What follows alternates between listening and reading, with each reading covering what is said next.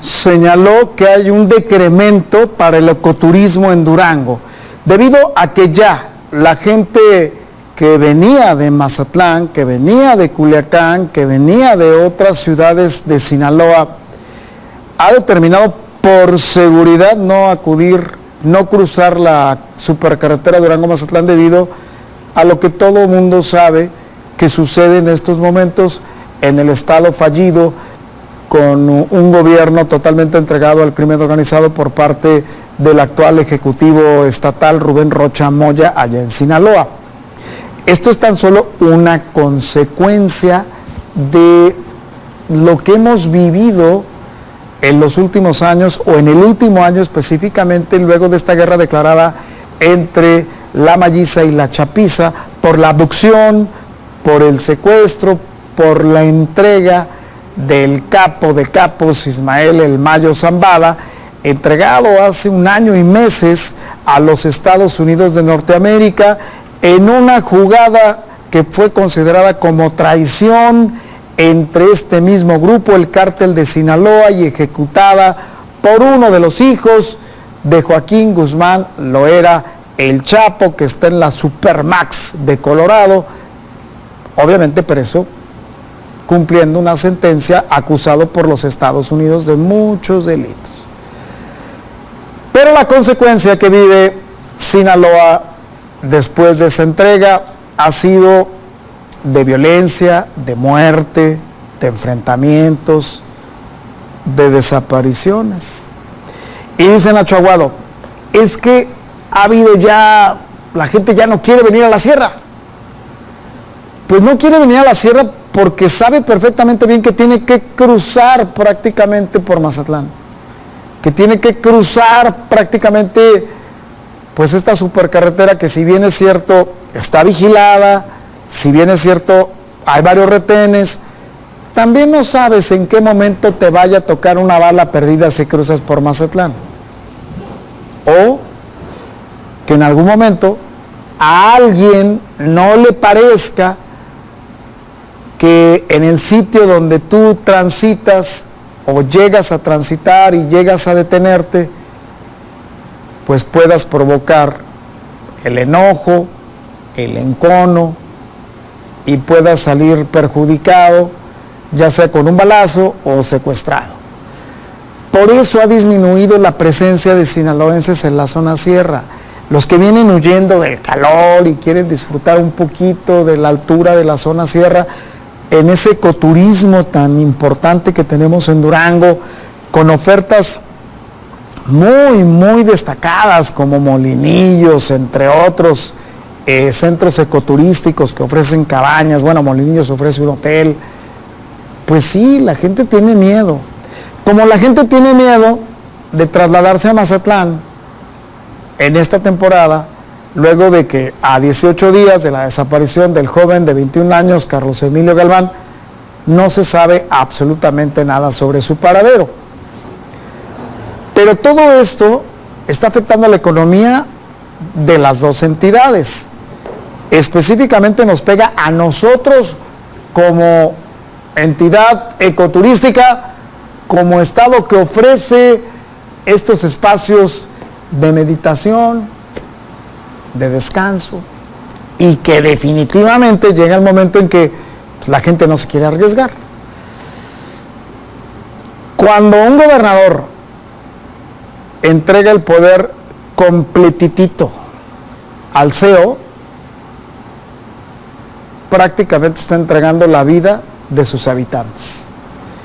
Cuando un gobernador decide ya no gobernar, porque además le quedan 2 años, y pensar ya en la sucesión, y pensar en que va a dejar a alguien gobernando, o le van a pedir que deje a alguien, en ese momento sabemos perfectamente bien que está entregando la vida de sus habitantes en el estado, en el territorio que gobierna. Y eso está pasando en Sinaloa.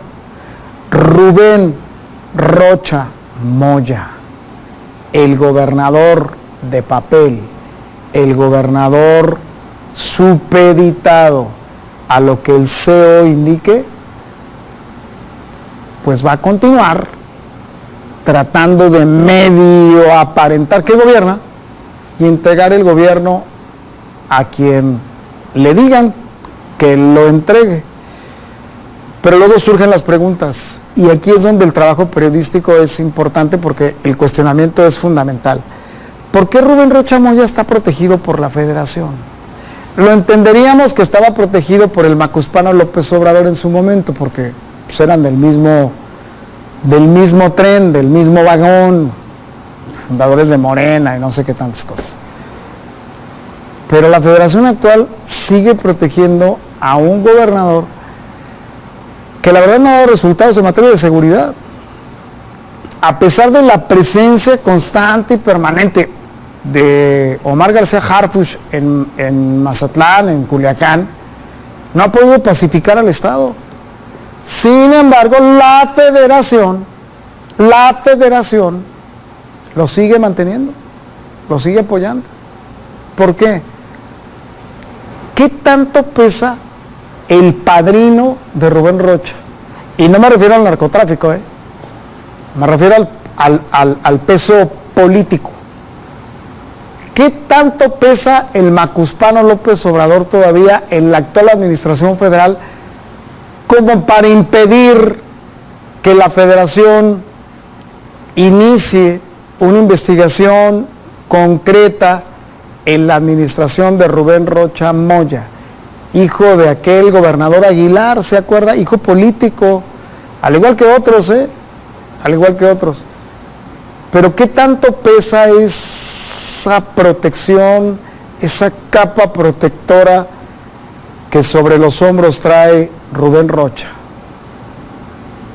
¿Por qué sigue siendo gobernador si lo que ha dejado es una estela de inseguridad, de desaparecidos y sí de muertos? Porque ya sé que los defensores a ultranza de la cuarta transformación van a decir que en todos lados hay muertos y no es responsabilidad del pobre gobernador. No, claro que es responsabilidad del pobre gobernador, porque además es un pobre político que yo no sé qué va a pasar cuando deje el poder y quién realmente demuestre, quién dé el rostro en Sinaloa para gobernar esta entidad fallida. Son estas preguntas que a veces inquietan, molestan a los políticos, pero no se responden. O sea, no responde, la Federación no responde y Rocha Moya acude a la capital del país, al besamanos, a los informes, cuando hay convocatorias para todos los gobernadores de Morena que convoca Presidencia de la República, se toma la foto, se ríe, ignora a los medios de comunicación, en algún momento se escabulle o responde con evasivas de lo que está pasando en su estado y se regresa otra vez a la misma podredumbre que lamentablemente él permite. Sinaloa, el estado fallido. Y todo esto se ha puesto otra vez al descubierto, porque la verdad es que pues ahí lo estamos viendo, ¿no? Hay 2 mujeres desaparecidas, un joven de 21 años desaparecido, un estudiante de la Universidad Autónoma de Durango, Campus Mazatlán, desaparecida.